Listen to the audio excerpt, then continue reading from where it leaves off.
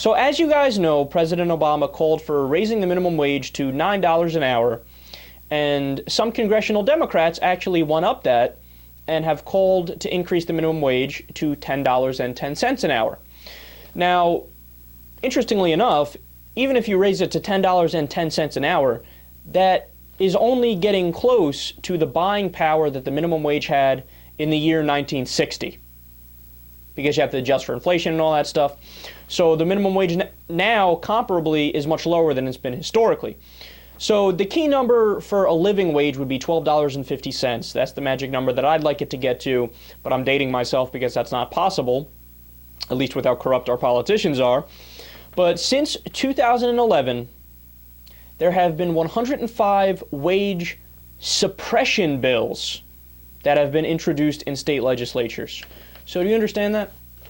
So we're here talking about, we need to raise the minimum wage. None of the proposals from the Democrats even go far enough to get a living wage. So in other words, they're saying, yeah, I guess we'll raise it a little bit, but that whole working poor thing, you're going to have to deal with it.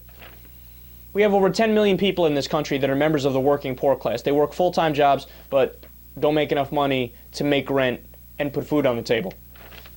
Not mooches, not leeches, parasites, whatever the ridiculous stuff the right-wingers call them. They work, but they can't even live a normal life, right? So $12.50 the magic number. We don't even get that. Instead, state legislatures around the country are proposing to cut the minimum wage.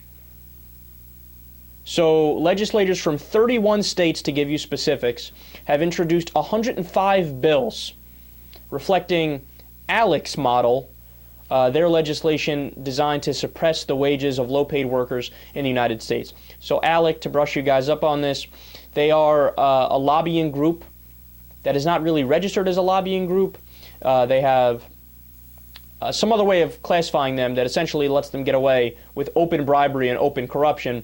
It's basically a representation of all the big businesses, and they meet with politicians and schmooze and dine politicians and give them money and give them money for their campaigns and buddy up next to them. And then they tell them, oh, hey, by the way, here, pass this legislation which is going to give my corporation X amount of tax break, or pass this legislation which is going to screw over the American taxpayers, or pass this legislation that denies climate change because, oh yeah, ExxonMobil funds us and the Koch brothers fund ALEC. So it's probably the worst example of open corruption in the United States of America. And they are the ones that are giving bills to the politicians to propose, which they are doing, which cuts wages for the poorest among us. Have you no decency? Have you no moral compass whatsoever?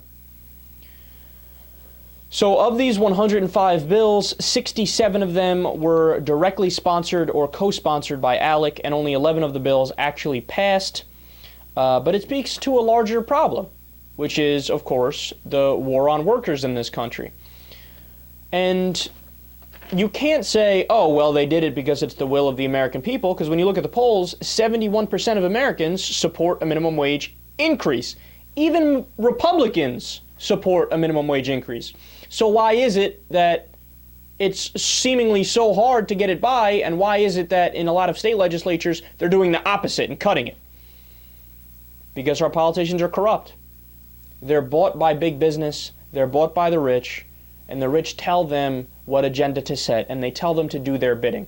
Their bidding, of course, is cheap labor, so don't you dare vote for a minimum wage increase, even though an overwhelming majority of the country supports it. Fall in line, know your role, worship us, your corporate overlords.